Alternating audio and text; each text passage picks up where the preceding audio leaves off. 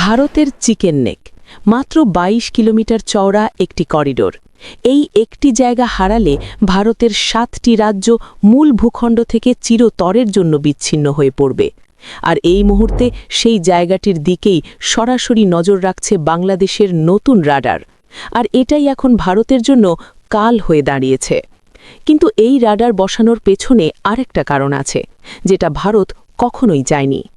বহু বছর ধরে বাংলাদেশের আকাশসীমার নজরদারি নির্ভর করত ভারতের ওপর। মানে বাংলাদেশের নিজেদের আকাশে কি উড়ছে সেটা দেখার ক্ষমতাও পুরোপুরি আমাদের ছিল না। আর এই সুযোগে প্রতি বছর বিলিয়ন ডলারের ফায়দা তুলে নিয়েছে ভারত।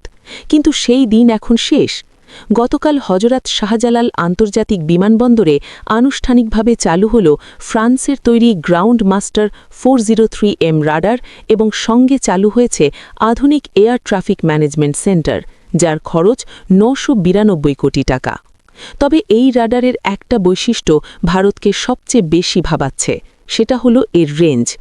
এটি ঢাকার চারপাশে ৬৫০ কিলোমিটার পর্যন্ত যে কোনো উড়ন্ত বস্তু ধরতে পারবে।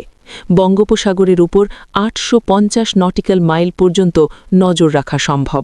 বাণিজ্যিক বিমান, ড্রোন, যুদ্ধবিমান কিছুই আর বাংলাদেশের চোখের আড়াল হবে না। তবে এগুলো ভারতের উদ্বেগের মূল কারণ নয়। এখন যেটা বলতে যাচ্ছি সেটা শুনলে আপনিও বুঝবেন কেন দিল্লি এই রাডার নিয়ে এতটা চিন্তিত। বিশেষজ্ঞরা বলছেন এই রাডারের রেঞ্জ এতটাই বিস্তৃত যে ভারতের উত্তর পূর্বাঞ্চলের বড় একটি অংশ এর আওতায় পড়ে। আর সেখানেই আছে শিলিগুড়ি করিডোর বা চিকেন নেক।